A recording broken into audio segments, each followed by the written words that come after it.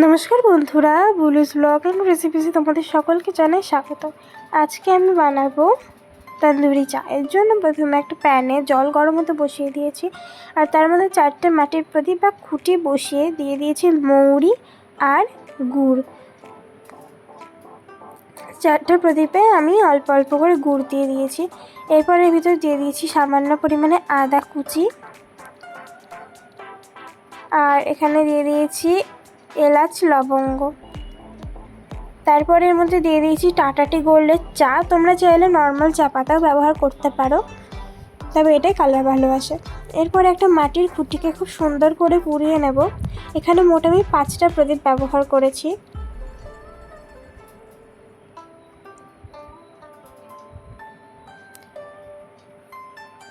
এরপরে এর মধ্যে অ্যাড করে দেব দুধ। এখানে পরিমাণ মতন দুধ ব্যবহার করতে হবে, বেশি বা কম হয়ে গেলে কিন্তু পরে আবার দেওয়া যাবে না, তাই একবারেই যা দেওয়া দিতে হবে। এরপরে দিয়ে দেবো স্বাদ মতন চিনি। যে বেশি মিষ্টি খায় সে বেশি দেবে, যে কম মিষ্টি খায় কম দেবে। আর একটু মেজারমেন্ট করে দিও, কারণ আগে গুড় দেওয়া হয়েছে সেই জন্য।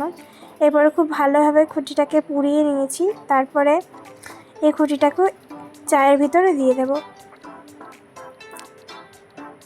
দেখলে কি দারুণভাবে এই চাটা টকবক করে উঠলো। এতেই কিন্তু একটা স্মোকি সুন্দর ফ্লেভার চলে আসবে। এরপর একটু গ্যাসটা বাড়িয়ে দিয়ে এটাকে উতল মেরে নিয়ে গ্যাসটা অফ করে দিয়েছি। এবার খানিকক্ষণ প্যানের ভিতরে এটা রেখে দিয়ে এবার তোমরা তোমাদের পছন্দের কাপে এটাকে ঢেলে নিতে পারো। আমি দোকানের মতন দেখানোর জন্য তো আমি এই মাটির কাপগুলোর মধ্যে ঢেলে নিচ্ছি। তো দেখলে এই সুন্দর কালারটার জন্যই কিন্তু টাটা টি গোল্ডের চাটা ব্যবহার করব। আরে যারাকে সাবস্ক্রাইব করে দিই।